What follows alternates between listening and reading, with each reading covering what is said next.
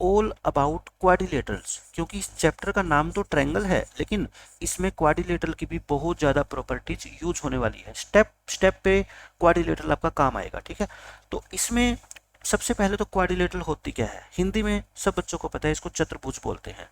Any four sided polygon is called a quadrilateral. चार side वाली कोई भी पॉलीगन हो, पॉलीगन का मतलब हिंदी में लिख देता हूँ बहुभुज होता है, किसी भी चार साइड वाली पॉलीगन को हम क्या बोलते हैं, क्वाड्रिलेटरल बोलते हैं। क्वाड्रिलेटरल के अंदर क्या क्या खास बातें होती है, क्या क्या इसकी टर्म्स होती है। एक साइड होती है जिसको भुजा बोलेंगे, एंगल होते हैं, साइड और एंगल तो किस में होती थी बताओ, ट्रायंगल में भी होती थी। फिर इसमें क्या होते हैं आपके, डायगोनल होते हैं, विकर्ण बोलते हैं। बाइसेक्ट करने का मतलब मैंने आपको बता ही दिया, तो इक्वल पार्ट्स में बांटना।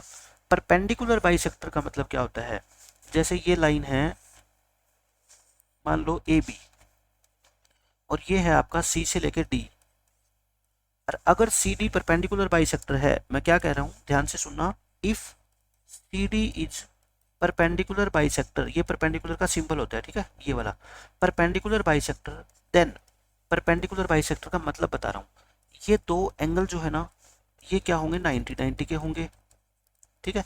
परपेंडिकुलर है तो इसका मतलब 90 के, बाइसेक्टर भी है, बाइसेक्टर का मतलब क्या होता है, ये वाला पार्ट और ये वाला part, and A D equal to होगा किसके, डी बी के। तो परपेंडिकुलर बाइसेक्टर की डेफिनेशन लिख लेना अपनी नोटबुक में और ये डायग्राम बना लेना इसके साथ, यानी कि तो इक्वल पार्ट्स में भी बांटे और परपेंडिकुलर भी हो, तो इसलिए इस लाइन सेगमेंट को, रेड वाले लाइन सेगमेंट को क्या बोलेंगे, परपेंडिकुलर बाइसेक्टर बोलेंगे, ठीक है। तो ये इंपॉर्टेंट चीजें जो भी थी मैंने सारी एक साथ लिख दी है, ठीक है।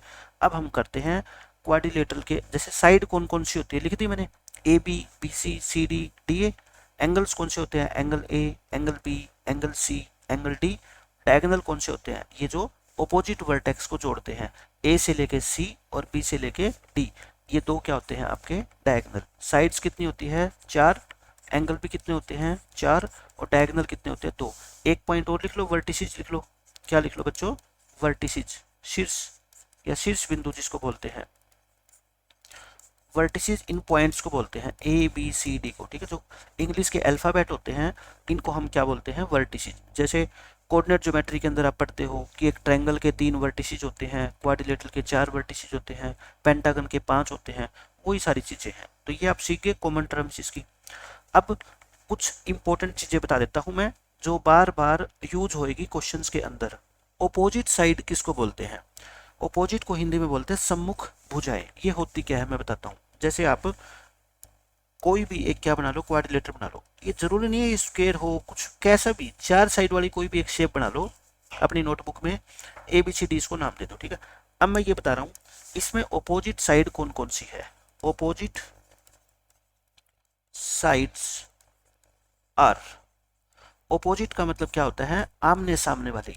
हिंदी में तो इसको बोलते हैं सम्मुख भुजाएं, लेकिन आम लैंग्वेज के अंदर बात करें जिससे बच्चा आसानी से समझ आए तो उसको बोलते हैं आमने सामने वाली। जो साइड्स एक दूसरे के आमने सामने है, कौन कौन सी देखो, ये और ये, यानी कि A B and C D, ये दोनों साइड्स क्या कहलाती है आपकी, ओपोजिट साइड।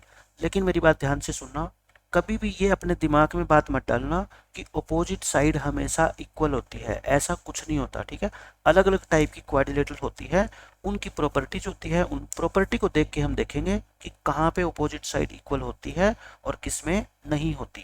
बस मैं आपको ये बता रहा हूँ कि इन दोनों के नाम ओपोजिट साइड होते हैं, इक्वल नहीं बता रहा मैं कि इक्वल होती है या नहीं होती है, ठीक है। ऐसे ही मान लो ये साइड और ये साइड, ऐसे ही A D and B C आमने सामने दिख रही है ना, ये इसके सामने है और ये इसके सामने है, इनको क्या बोलते हैं हम, ओपोजिट साइड बोलते हैं। तो अब आप कंफ्यूज नहीं होगे कि ओपोजिट साइड का मतलब क्या होता है। ओपोजिट साइड का मतलब क्या होता है, आमने सामने वाली साइड, ये होगी। अब एक चीज और लिख लो आप, ओपोजिट एंगल्स भी लिख लो तीसरे नंबर पे, क्या लिख लो, ओपोजिट एंगल्स, हिंदी में लिख लो सम्मुख कोण, सम्मुख कोण, ये लिख लो, ठीक है। अब मैं बताऊंगा इसका मतलब भी। अच्छा, ये फर्स्ट हो गया आपका ओपोजिट साइड्स, फिर मैं बताता हूँ एडजेसेंट साइड्स क्या होती है। एडजेसेंट साइड्स ये टर्म्स है, इनकी डेफिनेशन है, आपको देख के पता लग जाना चाहिए कि एडजेसेंट साइड होती क्या है ट्रायंगल के अंदर, कौन कौन सी होती है। आज के बाद आपको कोई कंफ्यूजन नहीं होगी। एडजेसेंट का मतलब होता है, देखो साइड्स कितनी होती है टोटल, 4 होती है, A B, B C, C D, D A. Adjacent का मतलब होता है जिनमें एक वर्टेक्स कॉमन होता है। जैसे ये ए बी है, देखो ध्यान से देखो, मैंने ये ए बी बनाई है और एक मैंने बी सी बना दी, ये दोनों क्या कहलाती है पता है, एडजेसेंट कहलाती है। ये क्या कहलाती है, adjacent. A B and B C, यानी कि आप ये मान लो ये ए बी बी पे जाके खत्म होती है, तो बी से जाके कौन सी स्टार्ट होगी, बी सी, ये होगी। 4 पेयर होते हैं इसके, A B and B C. अब और बताओ मेरे को, ये हो गया A B and B C, फिर बी सी से ही स्टार्ट करो, B C and C D, फिर सी डी से ही स्टार्ट करो, C D and D A, फिर डी ए से ही स्टार्ट करो, तो कौन सा होगा आपका, D A and A B. देख लो ये चारों के चारों क्या है, अलग अलग है। तो आपको A B B C C D D A A B, इन 4 पेयर को हम क्या बोलते हैं, दीज आर 4 पेयर्स, पेयर मतलब जोड़े, ऑफ एडजेसेंट साइड्स। ये किसके जोड़े हैं, एडजेसेंट साइड्स के जोड़े हैं, ठीक है। और ऑपोजिट साइड के कितने पेयर होते हैं बता दो, ओनली 2 पेयर्स। ऑपोजिट साइड के कितने पेयर होते हैं, आपसे कोई पूछे क्वाड्रिलेटरल में, 2 पेयर, एक ये वाला और एक ये वाला, 2 पेयर। एडजेसेंट साइड के कितने पेयर होते हैं बच्चों, 4 पेयर होते हैं। अब बात आती है तीसरी, क्या, opposite angles. Opposite angles, opposite angles को आम लैंग्वेज के अंदर बोलते हैं आमने सामने वाले कोण, और मैथमेटिकल लैंग्वेज में बोलते हैं सम्मुख कोण, आमने सामने वाले कोण। जैसे आप मार्केट में जाते हो, बीच में रोड होता है, उस रोड के आमने सामने 2 दुकानें होती है ना, एक इधर एक इधर, वैसे ही क्या होते हैं आपके ऑपोजिट एंगल होते हैं। आप क्या बना लो, एक क्वाड्रिलेटरल बना लो। ये हमने क्या बना दी बच्चों, एक क्वाड्रिलेटरल बना दी, ए बी सी डी। यहाँ पे आप बस मेरे को ये बता दो ऑपोजिट एंगल कौन कौन से हैं, एक ये वाला और एक ये वाला, ये दोनों क्या कहलाते हैं, ऑपोजिट एंगल्स। क्या कहलाएंगे, angle A and angle C are called opposite angles. इनको क्या बोलते हैं, ऑपोजिट एंगल्स बोलते हैं। एंड, और इसी तरह से कोई बच्चा कहेगा सर अगर ए और सी को बोलते तो फिर इनको भी जरूर बोलते होंगे, इनको, है ना। इसी तरह से angle B and angle D are called opposite angles. Opposite को मतलब क्या होता है, सम्मुख, इनको सम्मुख कोण कहा जाता है। एक को मैं हिंदी में लिख देता हूं, एंगल ए एंगल सी को सम्मुख कोण कहा जाता है। इसी तरह से एंगल बी और एंगल डी को सम्मुख कोण कहा जाता है। जो हिंदी मीडियम के बच्चे हैं वो इस तरीके से अपनी नोटबुक में लिख सकते हैं। तो ये क्या हो गया, ए और सी आपस में होंगे, और फिर इसी तरह से ये डी और बी आपस में क्या होंगे, सम्मुख कोण होंगे, ऑपोजिट एंगल होंगे। लेकिन मैं फिर बताता हूँ, ऐसा कोई ज़रूरी नहीं है कि हर एक क्वाड्रिलेटरल के अंदर ऑपोजिट एंगल्स इक्वल हो। जैसे ऑपोजिट साइड का इक्वल होना जरूरी नहीं है ना, ऐसा जरूरी नहीं है। लिख लो ये चीज़ें, क्योंकि बच्चा कई बार समझता नहीं है, वो समझता है कि हमेशा ये इक्वल होते हैं। नहीं, ऐसा नहीं है, ऐसा जरूरी नहीं है, ऐसा जरूरी नहीं है कि हर क्वाड्रिलेटरल में, हर क्वाड्रिलेटरल में ऑपोजिट एंगल्स इक्वल हो।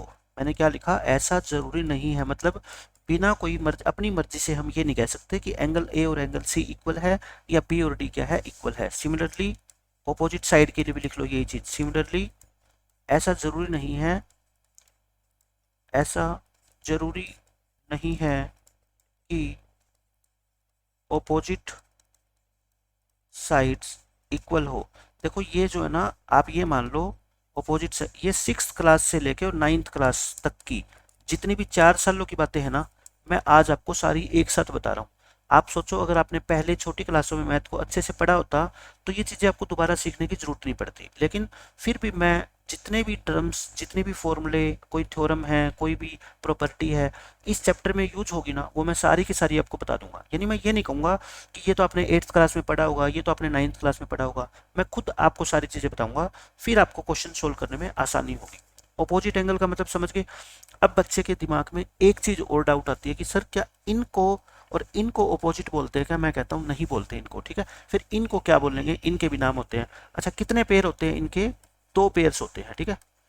2 पेयर्स ऑफ अपोजिट एंगल। आपसे कोई पूछे कि अपोजिट एंगल्स के कितने पेयर होते हैं, आप बोलते हैं ना दो। अपोजिट साइड के कितने पेयर होते हैं, दो, ठीक है। फिर ये कौन से एंगल होते हैं, बी और सी, इनका भी तो कोई नाम होता होगा, तो लिख लो।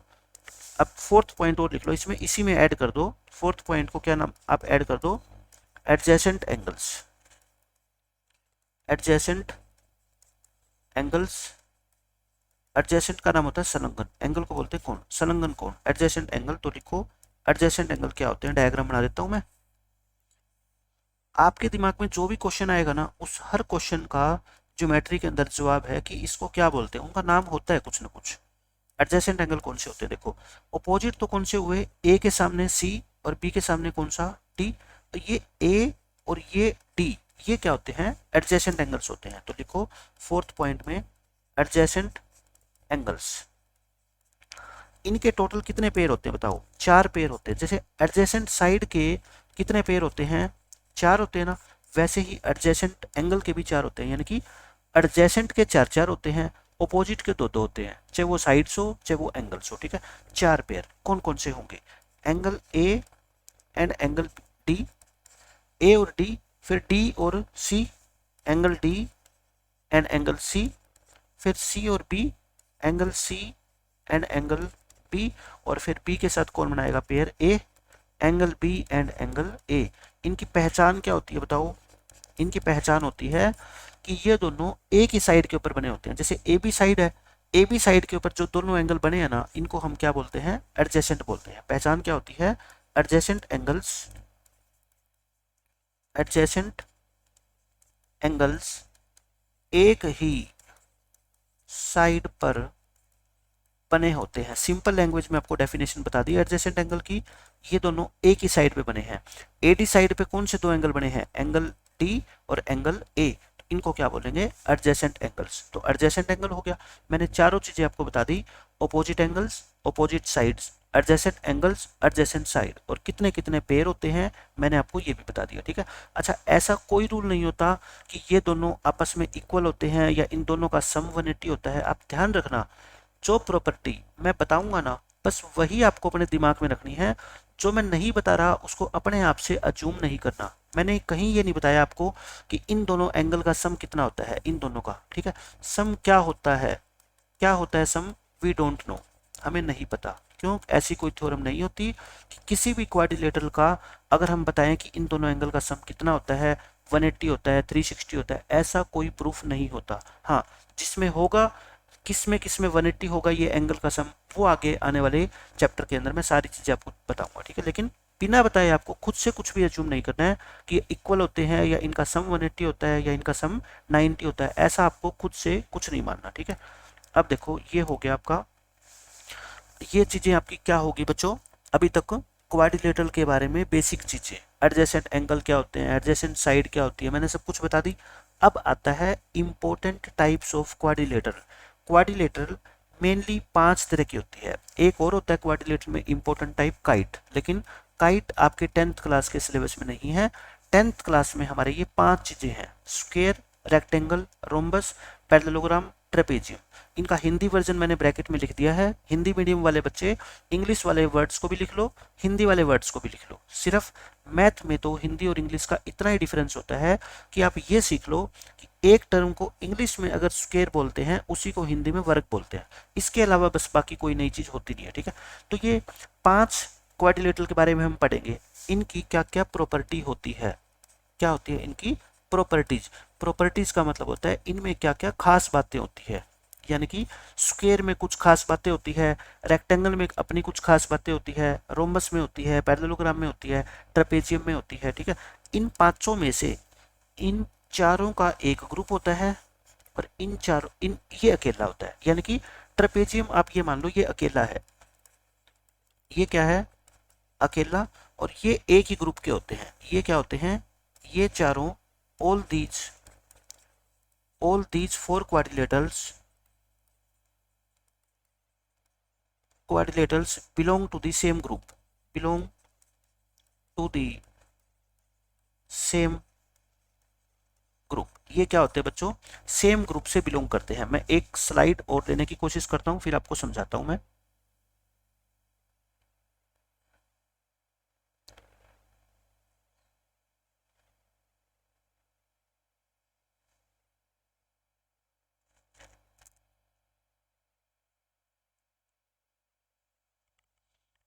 देखो अब मैं आपको समझाता हूँ कि सबसे पहले आया दुनिया में पैरेललोग्राम। सबसे पहले क्या पैदा हुआ, आप ये मान लो पैरेललोग्राम आया, जिसको हिंदी में क्या बोलते हैं, समांतर चतुर्भुज। क्योंकि ये चीज अगर आप इस तरह से समझोगे ना तो ये पांचों क्वाड्रिलेटरल को समझना आपके लिए आसान हो जाएगा, इनकी प्रॉपर्टी को याद रखना आपके लिए बहुत ज्यादा आसान हो जाएगा। इसलिए मैं पहले आपको पैरेललोग्राम के बारे में बता रहा हूँ कि पैरेललोग्राम क्या होता है। आप ये मान लो सबसे पहले दुनिया में, ये सिर्फ मैं आपको याद रखने के लिए बता रहा हूँ, सबसे पहले दुनिया में पैरेललोग्राम आया। दुनिया का मतलब आप ये मान लो मैथमेटिक्स की दुनिया में, ज्योमेट्री की दुनिया में सबसे पहले क्वाड्रिलेटरल कौन आया, पैरेललोग्राम आया। पैरेललोग्राम के बाद ही नंबर आया किसका, कभी स्क्वायर आ गया, कभी रेक्टेंगल आ गया, कभी ट्रेपेजियम आ गया, कभी रोम्बस आ गया।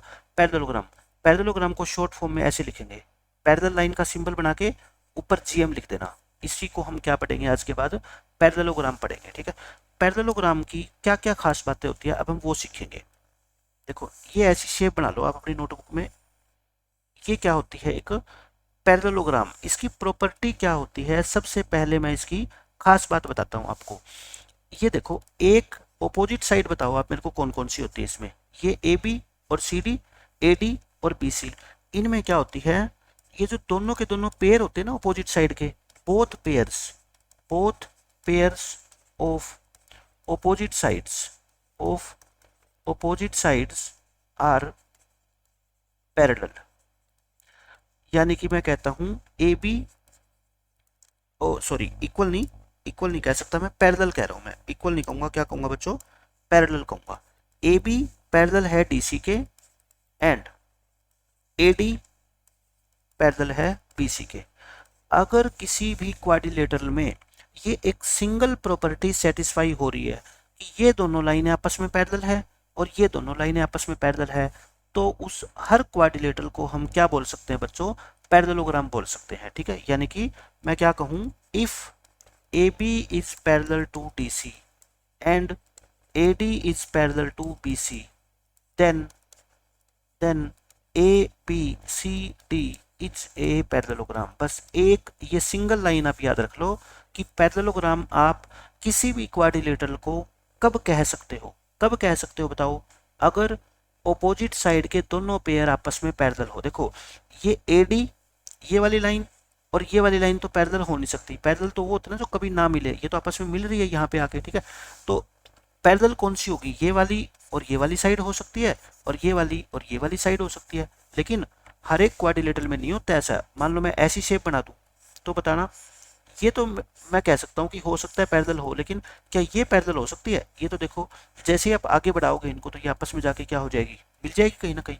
तो हर एक क्वाड्रिलेटरल में नहीं होती, लेकिन जिस क्वाड्रिलेटरल में हो गई तो उसी क्वाड्रिलेटरल को हम क्या बोल देंगे, पैरेललोग्राम बोल देंगे। समझ आ गया। पैरेललोग्राम की एक ही प्रॉपर्टी, अगर ऑपोजिट साइड्स पैरेलल हो जाए तो वो क्वाड्रिलेटरल क्या कहलाएगी, पैरेललोग्राम कहलाएगी। अब पैरेललोग्राम की प्रॉपर्टीज का मतलब है पैरेललोग्राम में क्या क्या खास बातें होती है, क्या क्या विशेष बातें होती है। ये किसी भी पैरेललोग्राम की बात कर रहा हूं मैं, ध्यान से सुनना, हर एक पैरेललोग्राम में ये खास बात आपको जरूर मिलेगी। क्या क्या खास बातें होती है अब आप लिख लो एक एक चीज। इसकी ऑपोजिट साइड हमेशा ही क्या मिलेगी आपको, इक्वल मिलेगी। पैरेलल की बात नहीं कर रहा, पैरेलल तो मैंने बता ही दिया कि अगर पैरेललोग्राम है तो पैरेलल तो होनी चाहिए, उसके बिना तो पैरेललोग्राम ही नहीं होगी, ठीक है। अगर पैरेललोग्राम है तो क्या प्रॉपर्टी है, हमेशा ऑपोजिट साइड्स क्या होगी बच्चों, equal. Opposite sides are always equal, यानी कि आमने सामने की भुजाएं हमेशा क्या होती है, इक्वल। यानी कि मैं कह सकता हूं ए बी इक्वल होगा डी सी के और ए डी इक्वल होगा किसके, बी सी के, क्योंकि यही तो अपोजिट साइड होती है। फिर दूसरी प्रॉपर्टी लिख लो, अपोजिट एंगल्स भी इक्वल होते हैं इसमें, opposite angles are always equal. अब आप मेरे को ये बता दो अपोजिट एंगल का मतलब क्या होता है, मैंने बताया था ना, ये एंगल और ये एंगल, एंगल ए और एंगल सी क्या होते हैं, इक्वल। ऐसे ही बी और डी यानी कि ये और ये एंगल आपस में क्या होते हैं, इक्वल होते हैं। समझ गए, ए और सी इक्वल होते हैं, बी और डी आपस में क्या होते हैं, इक्वल होते हैं। तीसरी प्रॉपर्टी लिखो इसकी, property number 3, diagonals bisect each other, diagonals bisect each other. इसको हिंदी में लिख लो, विकर्ण आपस में समद्विभाजित करते हैं। अभी इसका मतलब समझाऊंगा मैं, समद्विभाजित करते हैं। किसी भी पैरेललोग्राम में ये प्रॉपर्टी ट्रू होगी, डायगोनल्स बाइसेक्ट ईच अदर। इसका क्या मतलब होता है, देखो आप डायग्राम बनाओ, डायग्राम में आप ये बताओ डायगोनल कौन से होते हैं, ये होते हैं ऑपोजिट वर्टेक्स को जोड़ने वाले, है ना। ये ए से लेके सी क्या कहलाता है, डायगोनल। ऐसे ही बी से लेके डी, ये जो बी डी है ये क्या कहलाता है, डायगोनल। ये बाइसेक्ट करते हैं। बाइसेक्ट का मतलब देखो मैं समझाता हूँ आपको, ये पॉइंट मान लो ओ है, ये पॉइंट बच्चों क्या है, ओ है।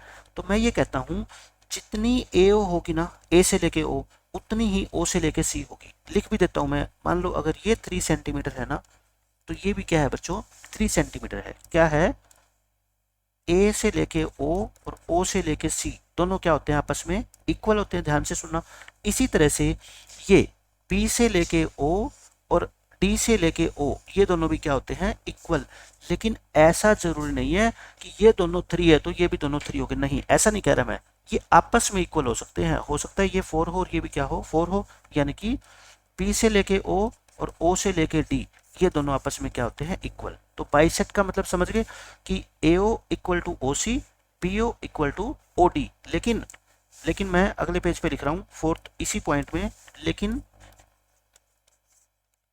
ये जरूरी नहीं है, ये जरूरी नहीं है कि AC इक्वल टू BD भी हो। यानी कि दोनों डायगोनल का आपस में इक्वल होना जरूरी नहीं है। दोनों डायगोनल्स का आपस में इक्वल होना जरूरी नहीं है। आगे मैं सब कुछ बताऊंगा कि कब डायगोनल इक्वल होते हैं और कब नहीं होते। यहाँ तो मैं होना जरूर ये बता रहा हूँ कि जरूरी नहीं है, हो भी सकते हैं, लेकिन ऐसा नहीं कह सकते कि ये इक्वल होंगे। ठीक है, ये हो गया। तो मैंने क्या क्या बातें बताई पैरेललोग्राम में, ऑपोजिट साइड हमेशा क्या होगी, इक्वल। ऑपोजिट एंगल्स हमेशा क्या होंगे, इक्वल। दोनों डायगोनल्स हमेशा क्या करेंगे, आपस में बाइसेक्ट करेंगे। क्या करेंगे, हमेशा ही बाइसेक्ट करेंगे। ठीक है, फोर्थ प्रॉपर्टी और लिख लो इसकी। अब प्रॉपर्टी नंबर लिखो इसकी, फोर्थ। जो एडजेसेंट एंगल्स होते हैं ना, एडजेसेंट, मैंने आपको सारी चीजें इसलिए पहले बताई थी कि अब आपको एडजेसेंट एंगल्स के बारे में डाउट ना हो। Adjacent angles are supplementary.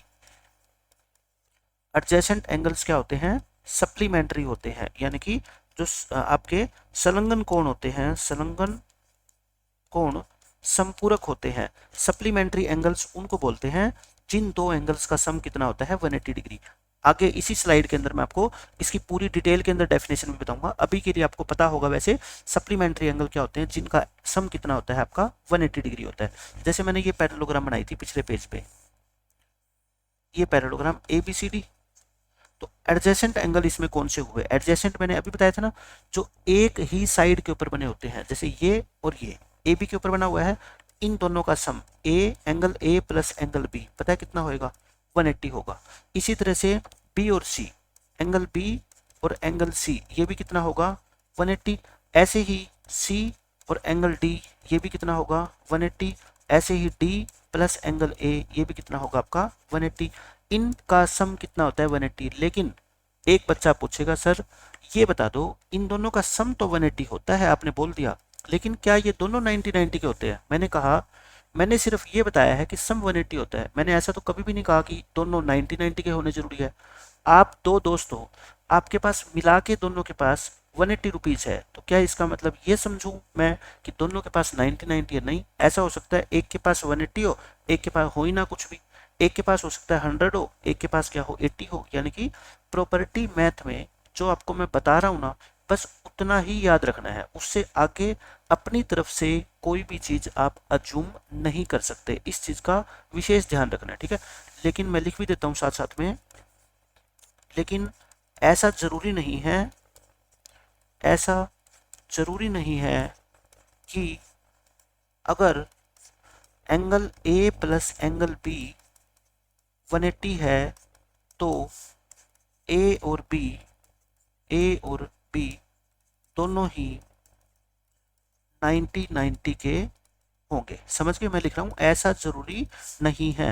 हो सकता है हो सकता है कि एंगल ए कितना हो जाए आपका 100 डिग्री हो जाए और एंगल बी कितना होगा आपका 80 डिग्री हो जाए। हाँ ये पक्का है कि दोनों का सम 180 ही होगा, लेकिन ऐसा जरूरी नहीं है कि दोनों हमेशा इक्वल होंगे। ठीक है, तो ये पैरेललोग्राम की सबसे जरूरी 4 प्रॉपर्टी होती है कि ऑपोजिट साइड हमेशा इक्वल होगी, ऑपोजिट एंगल हमेशा इक्वल होंगे, डायगोनल हमेशा बाइसेक्ट करेंगे और जो एडजेसेंट एंगल्स होते हैं उनका सम हमेशा ही क्या होगा 180 डिग्री होगा। ठीक है, ये पैरेललोग्राम की प्रॉपर्टी समझ आ गई। अब मैं आपको बताता हूँ अलग अलग क्वाड्रिलेटरल के बारे में। ये स्क्वायर, सबसे पहले हम किसके बारे में पढ़ते हैं, स्क्वायर। स्क्वायर को हिंदी में क्या बोलते हैं, वर्ग। बहुत छोटी क्लासों से बच्चे को सिखा दिया जाता है, 3rd 4th क्लास से मैथमेटिक्स में, कि स्क्वायर क्या होते हैं, लेकिन इसकी प्रॉपर्टी क्या होती है, कैसे उसका यूज हम करते हैं, वो हम आज जाके सीखेंगे। ठीक है, देखो मैंने आपको अभी पैरेललोग्राम के बारे में बताया ना लास्ट पेज पे, पैरेललोग्राम, इसमें आप खास बातें लिख लो। अब हम जो स्क्वायर सीखेंगे, जो रेक्टेंगल के बारे में हम पढ़ेंगे, रोम्बस के बारे में पढ़ेंगे, ट्रेपेजियम को छोड़ दो। मैंने क्या कहा था, ट्रेपेजियम अलग है, ट्रेपेजियम अकेला है, और ये बाकी 4 चीजें रहेगी, स्क्वायर, रेक्टेंगल, रोम्बस और पैरेललोग्राम। ये चारों किसकी है, एक ही फैमिली के मेंबर है। मैं ये कहता हूँ सबसे बड़ा कौन है, पैरेललोग्राम। क्यों, क्योंकि सबसे पहले कौन आया था दुनिया में, ज्योमेट्री की दुनिया में पैरेललोग्राम आया, तो ये क्या होगा सबसे बड़ा। ये उसी के बच्चे हैं, स्क्वायर भी, रेक्टेंगल भी, रोम्बस भी। ठीक है, आप ये मान लो अगर ये तीनों इसके बच्चे हैं पैरेललोग्राम के, तो जो खास बातें पैरेललोग्राम में होती है, क्या वही सारी खास बातें इन स्क्वायर, रेक्टेंगल और रोम्बस के अंदर होनी चाहिए क्या? आप कहोगे जी बिल्कुल होनी चाहिए। आप है ना ऐसा समझ लो, आपके पेरेंट्स वो क्या है, पैरेललोग्राम, और आप क्या हो, आप मान लो 3 भाई बहन हो, आप क्या हो, एक स्क्वायर, एक रेक्टेंगल और एक क्या है, रोम्बस। और सबको पता है कि पेरेंट्स को हम मान लेते हैं, अज्यूम कर लेते हैं कि आज के ज़माने में पेरेंट्स को नॉलेज कम है और बच्चों को नॉलेज क्या है, ज़्यादा। वो एडवांस टेक्नोलॉजी का ज्ञान रखते हैं, आप ये मान लो, एडवांस जनरेशन है वो। तो पेरेंट्स को जितनी नॉलेज है ना, यानी कि पेरेंट्स के अंदर जो जो खास बातें हैं, वो सारी खास बातें, वो सारी नॉलेज बच्चों को तो होगी ही होगी, हम ऐसा अज्यूम करके चल रहे हैं। बल्कि बच्चों के अंदर उससे भी कुछ ज़्यादा नॉलेज होती है, उनको हम विशेष, उनकी और विशेष बातों का नाम देंगे। ठीक है, यानी कि मैं ये कहता हूँ ये स्क्वायर, ये रेक्टेंगल, ये रोम्बस, ये तीनों की तीनों पैरेललोग्राम वाली सारी प्रॉपर्टी को तो सेटिस्फाई करे ही करेगी। हम ये बोलेंगे स्क्वायर, SQU लगा देना, रेक्टेंगल और रोम्बस, ये तीनों की तीनों, यानी कि बच्चे, तीनों का मतलब समझ लेना आज के बाद क्या, ये बच्चे हैं, किसके बच्चे हैं, पैरेललोग्राम के। All these are also parallelograms. ये तीनों भी पैरेललोग्राम तो है ही है। पैरेललोग्राम की मैंने एक ही डेफिनेशन बताई, क्या, अगर किसी क्वाड्रिलेटरल में ये साइड और ये साइड पैरेलल हो जाए और ये साइड और ये साइड पैरेलल हो जाए, तो उसी को हम क्या बोलेंगे, पैरेललोग्राम बोलेंगे। बस एक ही चीज होती है पैरेललोग्राम में। और स्क्वायर के अंदर होता है ऐसा, ये 2 साइड पैरेलल होती है, ये 2 साइड पैरेलल होती है। ठीक है, तो इसको भी क्या बोल सकते हैं हम, पैरेललोग्राम तो बोल ही सकते हैं। तो यानी कि ये तीनों भी क्या होती है, पैरेललोग्राम तो होती ही होती है। ठीक है, बस आपको ये बात हमेशा ध्यान रखनी है। अब स्क्वायर के अंदर और क्या खास बातें होती है, देखो सबको पता है कि स्क्वायर की चारों साइड क्या होती है, इक्वल। हर एक एंगल कितने डिग्री का होता है, 90 डिग्री का होता है, और दोनों डायगोनल्स क्या होते हैं इसके, इक्वल। देखो मैंने क्या बताया था, पैरेललोग्राम में जरूरी नहीं है कि दोनों डायगोनल इक्वल हो, लेकिन बाइसेक्ट करेंगे। लेकिन स्क्वायर में जरूरी है दोनों डायगोनल क्या होते हैं, इक्वल होते हैं। AC और BD की लेंथ क्या होती है, इक्वल। और डायगोनल्स बाइसेक्ट भी करते हैं एक दूसरे को, और कितने डिग्री पे करते हैं, 90 डिग्री पे करते हैं। आगे वाले पेज पे देखो, मैं आपको शो करता हूँ कि ये डायगोनल है दोनों, ये बाइसेक्ट करते हैं इस पॉइंट पे। इसका मतलब ये है कि A से लेके O, ये O पॉइंट है। ठीक है, A से लेके O और O से लेके C इक्वल है, P से लेके O और O से लेके D इक्वल है, और ये चारों एंगल जो है ना, ये वाले छोटे वाले, ये भी कितने होंगे, 90 डिग्री के। क्योंकि मैंने क्या कहा, diagonals bisect each other at 90 degree. इसका मीनिंग क्या है, मैं ये समझा रहा हूँ आपको। बाइसेक्ट का मतलब क्या होता है, और 90 डिग्री पे बाइसेक्ट का मतलब क्या होता है, ठीक है। तो आप स्क्वायर की सारी प्रॉपर्टी समझ गए। और खास बात क्या होती है, square is also a parallelogram, यानी कि हर एक स्क्वायर को हम पैरेललोग्राम तो कह ही सकते हैं। क्यों? क्योंकि आप ये मान लो ये स्क्वायर किसका बच्चा है, पैरेललोग्राम का बच्चा है। जैसे बिल्ली का बच्चा बिल्ली होता है ना, तो आप बिल्ली के बच्चे को बिल्ली तो कह ही सकते हो ना, कुत्ते के बच्चे को कुत्ता तो कह ही सकते हो। ऐसे ही पैरेललोग्राम के बच्चे को आप पैरेललोग्राम तो कह ही सकते हो, लेकिन उसका एक खास नाम है, क्या, स्क्वायर। जैसे इंसान के बच्चे को हम इंसान तो कहते ही हैं, लेकिन हर इंसान का एक खास नाम होता है, उसको उसके नाम से बुलाते हैं। लेकिन ये थोड़ी है कि अगर हम उसको इंसान कह देंगे तो वो गलत है। इंसान तो है ही, ये पैरेललोग्राम तो है ही, लेकिन ये कहता है मेरे को पैरेललोग्राम मत बुलाओ, मेरे को अच्छा नहीं लगता, मेरा खुद का एक नाम है, क्या, स्क्वायर। क्यों? क्योंकि मेरे अंदर पैरेललोग्राम से भी ज्यादा प्रॉपर्टी है, इसलिए मेरे को क्या कहो, आज के बाद आप स्क्वायर कहो, तो हम इसको क्या बोलेंगे, स्क्वायर बोलेंगे, बस, ठीक है। ये स्क्वायर हो गया। अब क्या होता है रेक्टेंगल। रेक्टेंगल के अंदर क्या होगा, देखो ओपोजिट, इसकी आपको पता है कि रेक्टेंगल, ये रेक्टेंगल है, इसकी ओपोजिट साइड इक्वल होती है, चारों साइड इक्वल नहीं होती, सिर्फ कौन सी साइड, ओपोजिट। हर एक एंगल कितने डिग्री का होता है, 90 का। दोनों डायगोनल्स क्या होते हैं, इक्वल। और डायगोनल्स आपस में क्या करते हैं, बाइसेक्ट करते हैं, लेकिन 90 डिग्री पे नहीं करते। जैसे स्क्वायर में कितने डिग्री पे करते थे, 90 पे, यानी कि स्क्वायर के अंदर ये वाला एंगल कितना डिग्री का होता था, 90 का। यहाँ पे 90 का नहीं होता, ठीक है।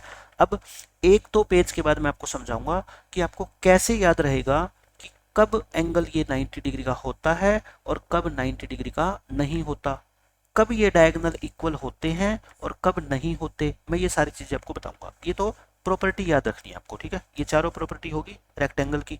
अब रोम्बस आती है। रोम्बस क्या होता है, मैंने लिख दिया, स्क्वायर को टेढ़ा कर दो। यानी कि आपने मान लो 4 माचिस की तिलियां आपके पास है ना, मैच स्टिक है आपके पास 4, और आपने उनसे एक स्क्वायर बना रखा था। आपका छोटा भाई आया और उसने क्या कर दिया, इनको ना सभी को थोड़ा थोड़ा टेढ़ा कर दिया, लेकिन लेंथ चेंज नहीं करी, यानी कि तिलियों को तोड़ा नहीं उसने, बस टेढ़ा कर दिया। वो क्या बन गई, रोम्बस बन गई, ठीक है। वो क्या बन जाएगी, रोम्बस। तो आप बताओ, रोम्बस की भी तो चारों साइड तो इक्वल होगी ना, क्योंकि मैच स्टिक पहले भी इक्वल थी, अब भी क्या रहेगी, इक्वल रहेगी, क्योंकि सिर्फ टेढ़ा किया गया, उनको तोड़ा नहीं गया, ठीक है। चारों साइड इक्वल होती है। अच्छा, जैसे ही आप टेढ़ा कर दोगे ना, तो क्या ये एंगल 90 का रहेगा, आप कहोगे बिल्कुल नहीं रहेगा, ये चेंज हो जाएगा, है ना। 90 से क्या हो जाएगा, हो सकता है ये छोटा हो जाए। तो no angle is of 90 degree, यानी कि 90 डिग्री का नहीं होता। अपोजिट एंगल्स इक्वल होते हैं, ये आपको याद रखने की जरूरत नहीं है। डायगोनल इक्वल नहीं होते, आप खुद देख लो। अगर आप किसी शेप को टेढ़ा कर दोगे, ये डायगोनल ए से लेके सी, देखना मैं कितना लंबा डायगोनल बना रहा हूँ ये, और बी से लेके डी आप खुद बता दोगे कि ये इक्वल नहीं है। देखना बी से लेके डी इतना छोटा सा है, यानी कि बी डी बनाने में आपको कितना कम टाइम लगा और ए सी बनाने में कितना ज़्यादा टाइम लगा था। तो क्या ये आपको दिखाई दे रहे हैं कि ए सी और बी डी इक्वल है, आप कहोगे बिल्कुल भी नहीं है, A C is not equal to B D. तो किसी शेप को आप टेढ़ा कर दोगे ना, तो डायगोनल उसके क्या हो जाते हैं, छोटे बड़े हो जाते हैं, एक बड़ा होता जाएगा। जैसे मान लो ये है, आप इसको और टेढ़ा कर दोगे, आप इसी फिगर को अगर और टेढ़ा कर दोगे, तो ये डायगोनल और छोटे बड़े हो जाएंगे। अब ये डायगोनल कितना हो गया, देखो और बड़ा हो गया, और ये क्या हो गया, देखो छोटा हो गया, है ना, क्लियर ही दिख रहा है, छोटे बड़े। और आप टेढ़ा कर दोगे ना इसको, जितना ज्यादा टेढ़ा करते जाओगे ना, दोनों डायगोनल के अंदर डिफरेंस उतना ही ज्यादा आपका बढ़ता जाएगा। अब आप देखो, ये डायगोनल और लंबा हो जाएगा, ये और छोटा हो जाएगा, ठीक है। तो जब भी आप फिगर को टेढ़ा कर दोगे, तो डायगोनल इक्वल नहीं रहेंगे उसके। अच्छा, फिर ये चौथी प्रॉपर्टी इंपॉर्टेंट है कि डायगोनल आपस में बाइसेक्ट करते हैं किस डिग्री पे, 90 पे। देखो मैंने क्या बताया था आपको कि ये रोम्बस, ये स्क्वायर, ये आपका क्या, रेक्टेंगल, ये तीनों के तीनों क्या है, पैरेललोग्राम तो है ही। क्यों? क्योंकि ये पैरेललोग्राम के बच्चे हैं, और पैरेललोग्राम के बच्चों को पैरेललोग्राम तो हम बोल ही सकते हैं। और पैरेललोग्राम की एक विशेष बात मैंने आपको बताई थी, क्या, डायगोनल बाइसेक्ट करते हैं। तो इन तीनों फिगर में भी डायगोनल बाइसेक्ट तो 100% करें ही करेंगे, ठीक है। बस कई बार वो 90 डिग्री का एंगल बनाएंगे, यानी कि ये एंगल कितने डिग्री का है, 90, और कई बार नहीं होगा। ये किस किस में 90 होगा, मैं आपको अगले पेज पे बताऊंगा। ये 90 तब होगा जब चारों साइड इक्वल होगी। जैसे स्क्वायर की चारों साइड इक्वल होती है, रोम्बस की चारों साइड इक्वल होती है, तो ये एंगल 90 का बनेगा। पैरेललोग्राम की चारों साइड इक्वल नहीं होती, रेक्टेंगल की चारों साइड इक्वल नहीं होती, तो ये एंगल 90 का नहीं बनेगा, ठीक है। बस ये तरीका याद रखने का आसान है। ये आपकी क्या होगी, रोम्बस होगी। अब देखो पैरेललोग्राम, पैरेललोग्राम में आपको बता ही चुका हूँ, रेक्टेंगल को टेढ़ा कर दो, रेक्टेंगल आपने बनाया हुआ था ऐसे सीधा बिल्कुल स्ट्रेट, एक बच्चा आया और इसको क्या कर दिया, इसने टेढ़ा कर दिया, ऐसे बना दिया इसको टेढ़ा करके, तो ये क्या बन जाएगी बताओ, आपकी पैरेललोग्राम बन जाएगी। अच्छा, रेक्टेंगल में अपोजिट साइड तो इक्वल होती थी, तो इसमें भी तो अपोजिट साइड इक्वल रहेगी, मैच स्टिक को तोड़ा थोड़ा ही है, अपोजिट साइड क्या होगी, इक्वल। कोई भी एंगल 90 का नहीं रहेगा, क्यों, मैंने अभी बताया था ना, जब फिगर को टेढ़ा कर देंगे, आप लिख लो, जब फिगर को टेढ़ा करेंगे, टेढ़ा करेंगे तो एंगल 90 डिग्री का नहीं रहेगा, है ना, वो 90 डिग्री का रहेगा ही नहीं, वो टेढ़ा हो जाएगा, ये 90 का नहीं है, नॉट इक्वल टू 90 डिग्री, ठीक है। डायगोनल्स इक्वल नहीं है, मैंने कहा था अगर फिगर को आप टेढ़ा कर दोगे तो डायगोनल कभी भी इक्वल नहीं रहेंगे, देख लो आप खुद ही देख लो, ये डायगोनल कितना बड़ा है और ये डायगोनल कितना छोटा है ना, तो ये डायगोनल आपका छोटा है और एक क्या है, बड़ा है, इक्वल नहीं है। डायगोनल्स बाइसेक्ट करते हैं, ये कोई नई बात नहीं है, ये कोई नई बात नहीं है, कोई नई बात नहीं है, क्यों नहीं है, क्योंकि आप कहोगे सर आपने तो बताया था कि कोई भी पैरेललोग्राम हो उसके डायगोनल तो बाइसेक्ट हमेशा करेंगे, क्योंकि लिख लो आप, क्योंकि सभी पैरेललोग्राम के, सभी पैरेललोग्राम के डायगोनल्स बाइसेक्ट करते हैं। हमने शुरू में ही सीखी थी है ना कि सबसे पहले दुनिया में कौन आया, पैरेललोग्राम, और उसके डायगोनल क्या करते हैं, बाइसेक्ट करते हैं, तो इस पैरेललोग्राम के बाइसेक्ट करेंगे, इसमें कोई विशेष बात है नहीं, क्योंकि ये हम पहले सारी चीजें सीख चुके हैं, ये प्रॉपर्टी होगी पैरेललोग्राम की। अब लास्ट आता है क्या, ट्रेपेजियम, और ये ट्रेपेजियम क्या होता है, आप ये मान लो ये अकेला है, यानी कि बाकी चारों क्वाड्रिलेटरल तो क्या है, एक ही फैमिली के मेंबर है, पैरेललोग्राम उन सब का मान लो फादर है और बाकी तीनों क्या है, उसके बच्चे हैं, लेकिन ट्रेपेजियम क्या है, अलग है, ये ना इनका फादर ना इनके बच्चे, अलग है ये बिल्कुल। इसकी एक ही प्रॉपर्टी होती है ट्रेपेजियम की, अगर किसी क्वाड्रिलेटरल में एक पेयर, मान लो ये वाला पेयर क्या हो जाए, पैरेलल हो जाए, एक पेयर अपोजिट साइड का क्या हो जाए बच्चों, पैरेलल हो जाए, तो उसको हम क्या बोल देंगे, ट्रेपेजियम बोल देंगे, ठीक है। देखो कोई नई चीज नहीं है, ट्रेपेजियम 8th क्लास की मैथमेटिक्स में आ जाता है, वहां पे आपको ट्रेपेजियम का एरिया निकालना भी सिखाया जाता है, पैरेलल साइड की लेंथ भी निकालनी सिखाई जाती है, लेकिन फिर भी यहाँ पे यूज होएगा इसका बहुत ज्यादा, तो हम आराम से सारी चीजों को डिस्कस कर रहे हैं। तो इसमें क्या होता है, one pair of opposite sides is parallel, यानी कि सम्मुख भुजाओं का एक युग्म, युग्म का मतलब क्या होता है, जोड़ा, सम्मुख भुजाओं का एक जोड़ा समांतर होता है, यानी कि मैं कह सकता हूँ ये जो ए बी साइड है ये पैरेलल है डीसी के, और पैरेलल का सिंबल क्या होता है ये, ठीक है। इसको क्या पढ़ते हैं, A B is parallel to DC, ये पैरेलल होती है, और दूसरा पेयर पैरेलल नहीं होता, ये वाला पेयर है ना, कई आप समझ रहे हो कि सर ये मिल तो नहीं रही, मिलने का मतलब ये होता है जब भी इसको हम आगे बढ़ाएंगे तब मिलनी नहीं चाहिए, लेकिन इसको देख लो आप खुद ही, अगर इसको आगे बढ़ाओगे और इसको आगे बढ़ाओगे तो ये कहीं ना कहीं जाके क्या होएगी, मीट कर जाएगी ना, लेकिन इसको कितनी भी आप आगे बढ़ाओगे और इसको कितनी भी आगे बढ़ाओगे ये कहीं जाके मीट नहीं करेगी, ठीक है, ये सीधी बढ़ती जाएगी, ये अपनी दिशा में बढ़ती रहेगी, लेकिन मिलेगी नहीं आपस में। तो एक पेयर क्या होता है, ऑपोजिट साइड का पैरेलल होता है, बस एक ही प्रॉपर्टी होती है इसकी, दूसरी कोई प्रॉपर्टी आपको यूज नहीं करनी। तो ट्रेपेजियम क्या है, अपने आप में अलग है, और बाकी चारों शेप्स क्या है, अपने आप में इकट्ठा है, पेयर है, वो सब क्या है, एक ही फैमिली के मेंबर है। अब देखो इंपॉर्टेंट पॉइंट, मैंने आपको बताया था कि मैं आपको ये सिखाऊंगा कि डायगोनल इक्वल कब होते हैं। मैंने क्या बताया, देखो डायगोनल इक्वल कब नहीं होते, एक बच्चे ने स्क्वायर बना रखा था, आपने एक स्क्वायर बना रखा था और आपका छोटा भाई आके और उसको टेढ़ा कर देता है, तो टेढ़ा कर देंगे तो एक तो एंगल 90 डिग्री के नहीं होंगे और एक डायगोनल क्या हो जाएंगे, छोटे बड़े हो जाएंगे।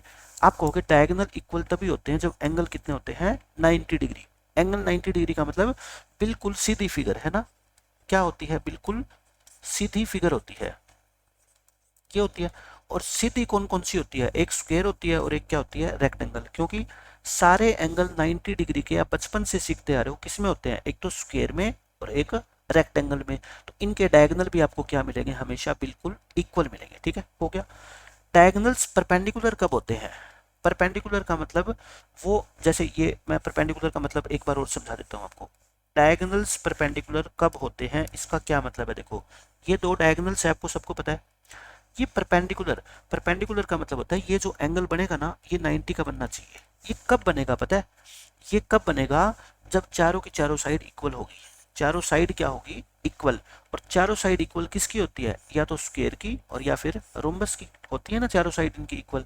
तो 90 डिग्री पे कब इंटरसेक्ट करेंगे आपके डायगोनल, बताओ आप मेरे को, जब चारों साइड इक्वल होगी, चारों एंगल 90 के होंगे, तब डायगोनल्स क्या होंगे, इक्वल होंगे।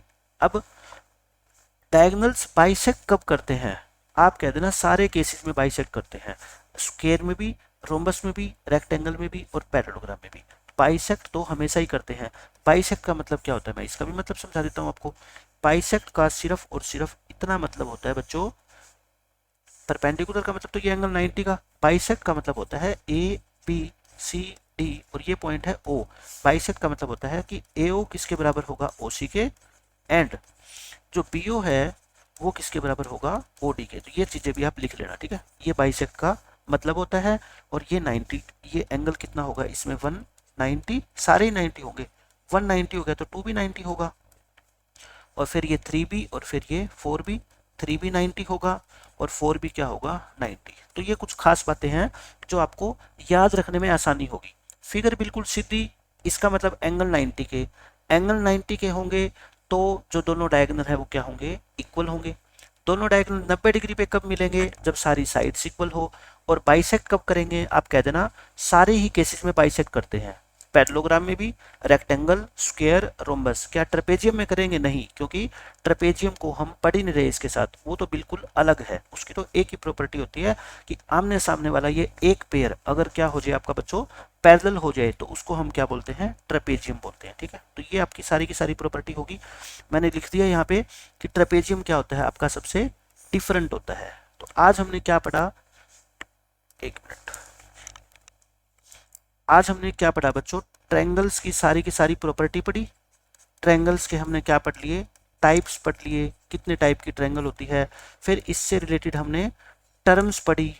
टर्म्स के अंदर मैंने आपको बताया मीडियंस क्या होती है इसकी, ऑल्टीट्यूड क्या होते हैं इसके, एंगल बाइसेक्टर क्या होते हैं, ठीक है, हमने ये सारी चीज़ें पढ़ी। फिर हमने किस चीज़ के बारे में पढ़ा, क्वाड्रिलेटरल के बारे में। क्वाड्रिलेटरल में हमने इसकी क्या पढ़ी, टाइप्स पढ़ी, और सबसे इंपॉर्टेंट इसकी हमने क्या पढ़ी, प्रॉपर्टीज पढ़ी। क्या पढ़ी बच्चों, प्रॉपर्टीज। और क्वाड्रिलेटरल मेनली दो ही टाइप की होती है, एक तो पैरेललोग्राम होती है, ये मैं सारी समरी बता रहा हूँ आपको, ठीक है, एक पैरेललोग्राम होती है और एक क्या होती है, ट्रेपेजियम। पैरेललोग्राम अलग होती है, ट्रेपेजियम अलग फैमिली से बिलोंग करती है। और पैरेललोग्राम के अंदर जो स्क्वायर आता है, जो रेक्टेंगल आता है और जो रोम्बस आता है, ये क्या है बताओ, ये तीनों पैरेललोग्राम के ही बच्चे हैं, है ना। और ये ट्रेपेजियम ये क्या है, ये अलग फैमिली का मेंबर है, ये इस फैमिली से कोई इसका ताल्लुकात नहीं है, ये अलग फैमिली का मेंबर है। और आपको मैंने ये भी समझाया था कि बिल्ली के बच्चे को बिल्ली बोल सकते हैं, कुत्ते के बच्चे को कुत्ता बोलते हैं, तो पैरेललोग्राम के अगर ये बच्चे हैं तो इनको भी क्या बोल सकते हैं, हम पैरेललोग्राम बोल सकते हैं। और बच्चे किससे बिलोंग करते हैं, एडवांस जनरेशन से, यानी कि उसमें अपने पेरेंट्स के तो सारे गुण होंगे ही होंगे, साथ में कुछ अलग उनके अंदर भी खास बातें होगी। ऐसे ही स्क्वायर के अंदर पैरेललोग्राम वाली सारी प्रॉपर्टी तो होगी ही होगी, साथ में इसकी कुछ खास बातें होती है। जैसे पैरेललोग्राम में सिर्फ ऑपोजिट साइड इक्वल होती है, लेकिन स्क्वायर तो उससे भी एडवांस निकला। स्क्वायर में ऑपोजिट साइड तो है ही है, ऑपोजिट का मतलब ये दोनों और ये दोनों, लेकिन स्क्वायर में तो चारों ही इक्वल होती है ना, चारों ही क्या होती है, इक्वल। ऐसे ही इसमें पैरेललोग्राम में तो ये दो अपोजिट एंगल इक्वल होते थे, लेकिन स्क्वायर में तो चारों ही एंगल 90-90 के होते हैं। तो इसमें अपोजिट तो इक्वल है ही है, बल्कि चारों ही 90-90 के हो गए, ठीक है। तो इसलिए मैं कहता हूँ इनमें कुछ और खास बातें होती हैं। तो ये आपका था ज्योमेट्री का आपका पहला लेक्चर। नेक्स्ट लेक्चर के अंदर हम बात करेंगे सारी पैरेलल लाइन की क्या क्या प्रॉपर्टी होती है, कैसे कैसे उनको हम यूज करते हैं, और फिर हम एक्सरसाइज स्टार्ट करेंगे। और मैं फिर कह रहा हूँ पहले 2 लेक्चर आप अच्छे से देख लेना इस चैप्टर के, उसके बाद आपको चैप्टर के क्वेश्चन सोल्व करने में 50% आपके लिए आसानी हो जाएगी। पहले 2 लेक्चर को जो बच्चा स्किप करेगा, आप ये मानना चैप्टर के अंदर आपको कुछ भी समझ नहीं आएगा। और जो इंटेलिजेंट बच्चे हैं उनके लिए तो बेनिफिशियल है ही है, और जो बच्चे ज़्यादा इंटेलिजेंट नहीं है, एवरेज या बिलो एवरेज है ना, उनमें जो 40 नंबर के छोटे क्वेश्चन आएंगे वो इन प्रॉपर्टी के ऊपर बेस्ड आएंगे। तो आप ये समझ के चलना पहले 2-3 लेक्चर से आपके में छोटे क्वेश्चन तो एटलीस्ट सोल्व हो ही हो जाएंगे। तो आपको अच्छे से बिल्कुल ध्यान लगा के समझना है, और एक एक पॉइंट को, जो चीज़ें मैं जैसे बोल रहा हूँ, जैसे मैंने लिखी हुई है पेजेस पे, वो सारी की सारी चीज़ें आपको नोटबुक में नोट करनी है। ठीक है, तो मिलते हैं नेक्स्ट लेक्चर में। Bye bye, take care.